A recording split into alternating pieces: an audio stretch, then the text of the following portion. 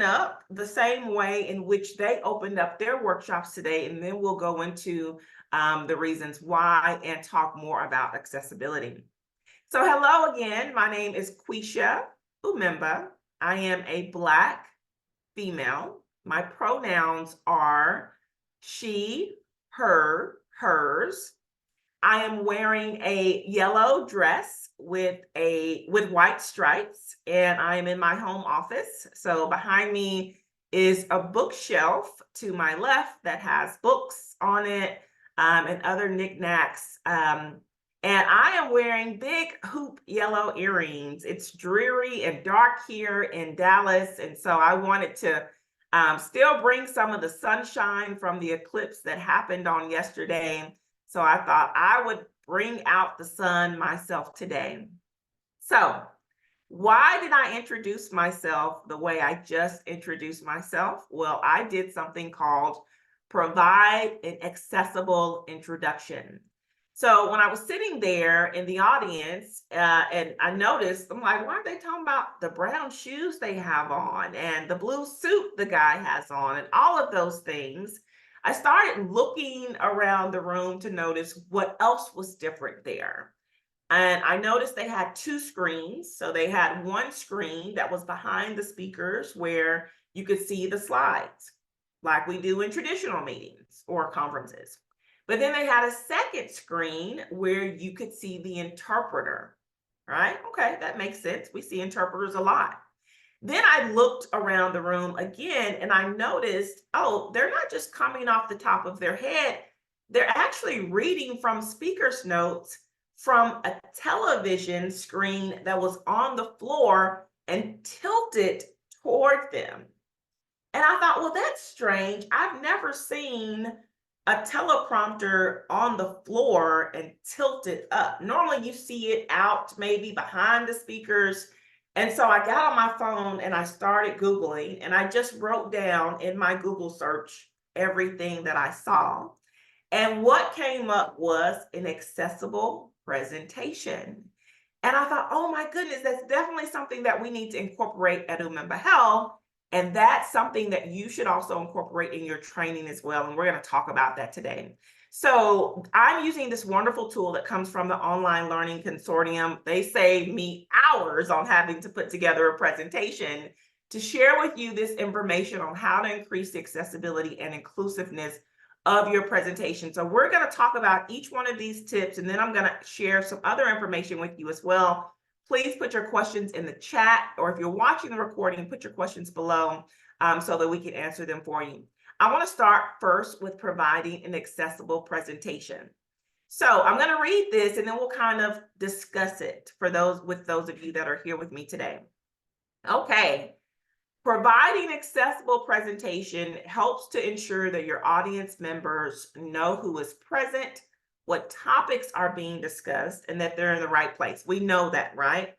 But if you move further to provide verbal descriptions, you give that information to people who may not be physically able to see the presenters, which is what I just did. So when we talk about physically able, this could be because we're in a big long room and there's no recording or screen, and maybe they're at the back of the screen, or it could be because they have a physical disability. In either of those things.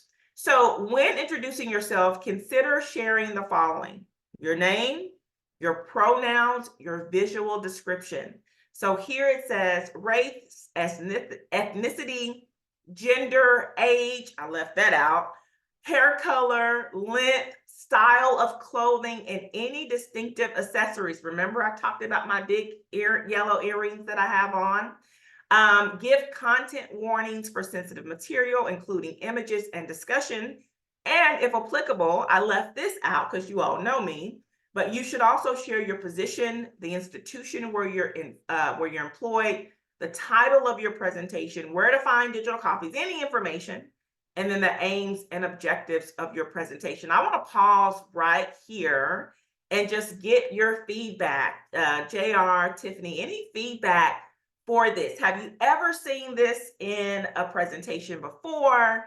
What are your thoughts about it? Is it something that you see should be incorporated, in every organization? What are your thoughts? So no, of course the traditional, hey, this is who I am, where I'm from, my name, my pronouns, and objectives, those are pretty standard. I've never seen anyone present themselves with a visual description. I thought that was really cool. When you did it, I was wondering where you were going with all of that. And it really does make sense. And what I notice about when we do things like this, it benefits everyone. Yes. It's kind of that same example about when people were um advocating for, like we talk about some of the advocacy presentations I've heard, where you have someone who needed a ramp, right? Oh, we need a ramp, or we need the little cutouts in the sidewalk. And it turns out they helped everybody, not just people in wheelchairs. I see this as the same type of thing. I see this, like you said, sometimes it's just you're so far in the back, I can see. I just can't see you. I'm 1,000 feet away. I thought this was amazing. Same for me. What about you, Tiffany? Same sentiments as JR. I've never seen this done. Well, all of the steps. I think I've seen bits and pieces done um in different conferences, but not in this chronological way. But I think it makes a lot of sense. I know I have on glasses, and from where I sit, it does not look like it's a sunshine yellow. It looks more like it could be a mustard or leaning towards maybe a darker, like close to maybe not real close to an orange.